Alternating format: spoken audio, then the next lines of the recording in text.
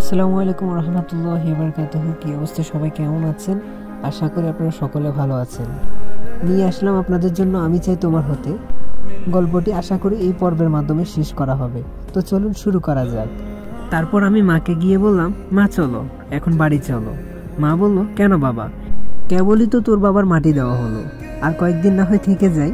আমি বললাম, না মা, তার আর দরকার নেই, তুমি চলো আমার সাথে। এখানে আর আমার থাকতে ইচ্ছে করছে না। মা বলল, কেন, তোর আবার কি হলো? আজই কেন যেতে হবে? আমি বললাম, তুমি তা বুঝবে না, এখনই তুমি সব কিছু গুছিয়ে আমার সাথে চলো। তারপর আমি মা আর ছোট ভাই বোনদেরকে নিয়ে সেই দিনই চলে গেলাম। আর যাওয়ার সময় আমার চাচা চাচি একবারও থাকতে বলল না, বরং তারা আরো খুশি হয়েছে। আমিও মা আর ভাই বোনকে নিয়ে চলে আসলাম। কিন্তু এখন কে আমাদেরকে দেখবে? বাবা ছাড়া যে আর কেউ উপার্জনের নেই। আমি শুধু সেই চিন্তাই করছি। তখনই মা আমার কাছে এসে অসহায়ের মতো করে বলল, বাবা, ঘরে যে কোনো চাল নেই, সাথে তরকারিও নেই। আমি বললাম, আচ্ছা মা, তুমি এখানে থাকো, আমি বাজার থেকে আসছি। মা তখন বলল, কিন্তু বাবা, তুই টাকা পাবি কোথায়? আমি বললাম, মা তুমি চিন্তা করো না তো। এই বলে আমি বাসা থেকে বের হলাম। আর মানিব্যাগে মাত্র 200 টাকা আছে, যা আমার শেষ সম্বল। এখন আমি কি করি? তখনই হঠাৎ মাইশা আমাকে কল করে। আর আমি একবার ধরি না, কিন্তু 5-6 বার দেওয়ার পর আমি কল ধরি। কল ধরার সাথে সাথে মাইশা আমাকে বলল, এই তুমি কল ধরছো না কেন? তোমার কি হয়েছে? খুব কান্না করতে করতে বলল। আমি বললাম, আমার কিছু হয়নি মাইশা, আমার বাবা মারা গিয়েছে, তুমি তো সবই বোঝো। মাইশা বলল, আজ আমাকে ছেলের পরিবার দেখতে এসেছিল, আর আমাকে তারা পছন্দ করে গিয়েছে। আমি বললাম, তুমি বলো, আমি কি করব এখন? আমার মা আছে, ছোট ভাই বোন আছে, তাদের কে দেখবে? মাইশা বলল, তুমি কি কাল আমার সাথে দেখা করতে পারবে? আমি তখন কান্না স্বরে বলতে লাগলাম, আমাকে দেখে কি করবে বলো? আমি তো একটা অপদার্থ, আমার একটা চাকরিও নেই, কোনো চাকরিও পাই না। তখন মাইশা আমাকে বলল, তুমি প্লিজ কাল আমার সাথে একটু দেখা করো বিকালে। আমি বললাম, আচ্ছা, দেখা করব। তারপর মাইশার সাথে কথা শেষ করে আমি এক জায়গায় থমকে বসলাম। এখন আমি কি করব? অনেক বড় মুখ করে মাকে বললাম, বাজার করে নিয়ে যাব। এদিকে ছোট ভাই বোনগুলো কাল থেকে কিছু খায়নি। আমার কাছে তো টাকাও নেই, বন্ধুদের কাছেও চাইতে পারবো না। বাবাকে হাসপাতালে নিয়ে যাওয়ার সময় তাদের থেকে অনেক টাকা ধার নিয়েছি, আর কোন মুখে তাদের কাছে টাকা চাইব? তখন হঠাৎ করে দেখতে পাই এক জায়গায় লেখা রিক্সা ভাড়া দেওয়া হবে। তখন আমি আর কোনো কিছু না ভেবে সেইখানে চলে যাই। আমি তখন একজনকে দেখে বললাম, ভাই, এইখানে কি রিক্সা ভাড়া দেওয়া হবে? লোকটি বলল, হবে। তা কত সময় নেবেন? আমি বললাম, জি 1 ঘন্টা। কত করে? লোকটি বলল, তা আপনাকে দেখে তো ভালো ঘরেরই মনে হচ্ছে, তা আপনি কি পারবেন রিক্সা চালাতে? তখন আমি বললাম, জি ভাই, পারবো। আপনি একটু বলেন কত করে 1 ঘন্টা? অনেক দরকার আমার। লোকটি বলল, আপনার কাছে বেশি চাইবো না, যেহেতু আপনার অনেক দরকার, 1 ঘন্টা 50 টাকা করে দিলেই হবে। তখন আমি বললাম, আচ্ছা ভাই, আমি তবে 4 ঘন্টার জন্য নিলাম, এই যে নিন 200 টাকা। তারপর আমি রিক্সা নিয়ে রাস্তায় নামলাম, আর নিজের সব লজ্জা ভুলে গিয়ে রিক্সা চালাতে শুরু করলাম। 10 মিনিট পর একজন লোক আমার রিক্সায় উঠলো, আর পরে সে নামার সময় 30 টাকা দিল। রিক্সা চালাতে অনেক কষ্ট হলেও আমাকে পারতেই হবে, কারণ আমার পরিবারের আমিই একমাত্র শক্তি। এইভাবে 3 ঘন্টা চালানোর পর হঠাৎ একটি মেয়ে আমার রিক্সায় উঠলো, কিন্তু আমি তাকে ঠিক সেই সময় চিনতে পারিনি। আর রিক্সা চালাচ্ছিলাম বলে সে ছিল মাইশার বান্ধবী বর্ষা। কিন্তু সে নামার সময় আমাকে দেখে বলে উঠল, আপনি সাজিদ ভাইয়া না? আপনি রিক্সা চালাচ্ছেন কেন? মাইশা জানতে পারলে ভীষণ কষ্ট পাবে। বর্ষা খুব অবাক হয়ে যায় আমাকে দেখে। তখন আমি বললাম, প্লিজ তুমি মাইশাকে এসব কথা বলো না, আমি ইচ্ছে করে রিক্সা চালাচ্ছি না, আমার পরিবার চালাতে আমাকে রিক্সা চালাতে হচ্ছে। বর্ষা তখন বলল, ভাইয়া, আপনি কি জানেন না মাইশার এঙ্গেজমেন্ট হয়ে গিয়েছে? বর্ষার এই কথা শুনে আমি যেন আকাশ থেকে পড়লাম। আমি আবার তাকে বললাম, ওর সাথে তো একটু আগে আমার কথা হলো ফোনে, ও তো কিছুই বললো না আমাকে। বর্ষা তখন বলল, আমি একটু আগে ওর বাসা থেকে আসলাম, আমিও আপনাকে বলতে চাইনি, কিন্তু আপনার এত কষ্ট করা দেখে বলতে বাধ্য হলাম। তখন আমি বললাম, ও তাহলে আর কি করার, আমার মতো তো আর বেকার কাউকে বিয়ে করছে না।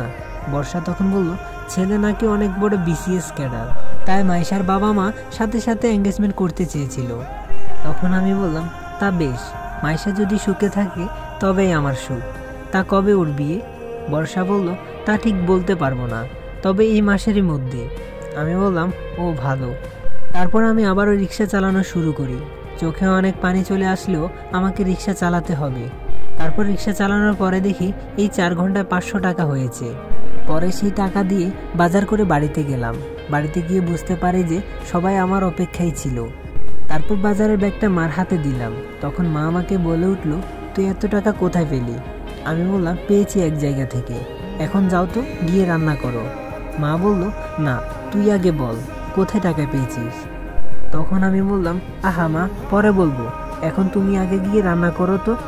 মা তখন বলল, তুই যদি না বলিস তাহলে আমি এই বাজারগুলোতে হাতও দিব না। তখন আমি বললাম, মা, জানাটা কি খুবই দরকার? মা বলল, হ্যাঁ, খুবই দরকার। তুই কোথায় পেলি টাকা? তখন আমি বললাম, মা, আমি রিক্সা চালিয়েছি আর তা দিয়ে বাজার করে নিয়ে এসেছি।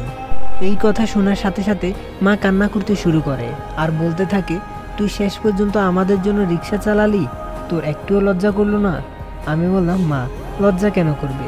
আমি তো কষ্টের টাকা দিয়ে বাজার করে এনেছি। মা তখন বলল, তুই কেন আমাদের জন্য তোর সম্মানটুকু নষ্ট করলি? আমি বললাম, মা, কেউ কাজ করলে তার সম্মান হারায় না, বরঞ্চ তার সম্মান বাড়ে। আর আমি তো কারো কাছে হাত পাতিনি। এখন তুমি গিয়ে তাড়াতাড়ি রান্না করো তো, আমার ভাই বোনেরা আবার অপেক্ষা করছে। তারপর মা চলে গেল। আমার নিজেরই খারাপ লাগছে, কিন্তু কি করব? কেউ তো আর আমার কষ্টের সময় পাশে থাকবে না। আর আমার চাচা চাচিদের কথা তো নাই বার বললাম। পরের দিন মাইশার কাছে গেলে দেখি মাইশা বসে আছে। আমিও গিয়ে পাশে বসলাম। এতে সে একটু দূরে সরে গেল। তারপর সে বলল, তুমি নাকি রিক্সা চালাচ্ছ? আমি বললাম, কে বলল? মাইশা তখন বলল, কাল তো নিজের চোখেই দেখলাম। আমি বললাম, না হলে আর কি করব? চাকরির তো আর কম চেষ্টা করলাম না, এত পড়াশোনা করলাম, তারপরেও তো কিছু হলো না। হয়তো আল্লাহ চায় না আমার চাকরি হোক। মাইশা বলল, সেটাই তো দেখছি। তা তোমার সাথে কিছু কথা ছিল। আমি বললাম, বলা লাগবে না, আমাদের এই সম্পর্কটা এখানে আজ শেষ, তাই তো? মাইশা তখন কান্না স্বরে বলতে লাগলো, সব তো বুঝতেই পারলে, নিজের ভালোবাসার মানুষটাকে আজ অন্যের ঘরে চলে যাচ্ছে, আর তুমি? আমি তখন বললাম, আর আমি কি বলবে? আর কি করতে বলো আমায়? ভালোবাসার মানুষ, তাই না? এখন তুমিও তো পারবে না আমার সাথে পালিয়ে যেতে, কারণ আমি রিক্সা চালাচ্ছি। এইদিকে আমার পরিবারও আমার দিকে তাকিয়ে থাকে, কারণ আমি তাদের শেষ সম্বল। আর তুমি বলো, তুমি কি আমার সাথে যেতে পারবে? মাইশা তখন বলল, তবে কি তুমি? তখন আমি বললাম, কি আর করবে, ভুলে যাও আমাকে দিয়ে তো কিছুই হবে না। তোমার বিয়ে হবে আর আমার চাকরি হবে, বুঝলে?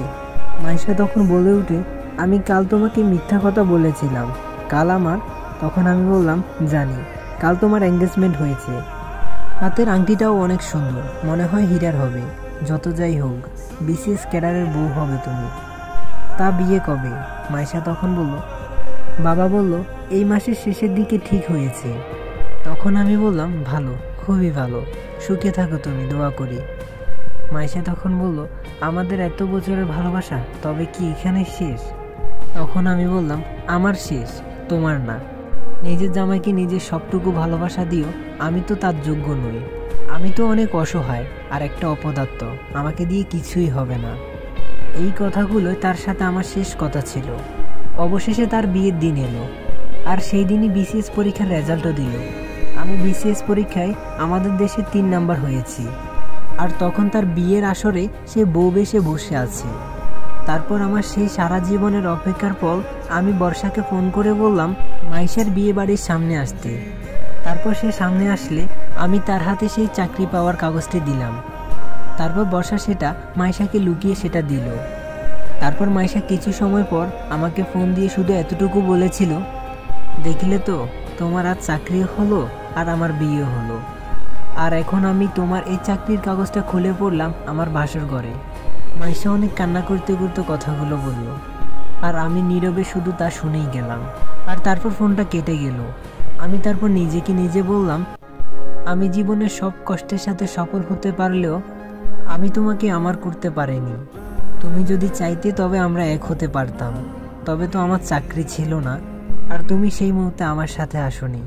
শুধু এতটুকুই বলবো, তুমি সব সময় ভালো থেকো, তোমাকে সারা জীবন ভালোবাসবো মাইশা। তো গাইস, আমাদের আজকের গল্পটি এই পর্যন্ত। আর ভিডিওটি কেমন লাগলো অবশ্যই কমেন্ট করে জানাবেন। আর যদি ভালো লেগে থাকে তাহলে like, comment, share and subscribe করে দিবেন। তো সবাই ভালো থাকবেন, সুস্থ থাকবেন। খোদা হাফেজ।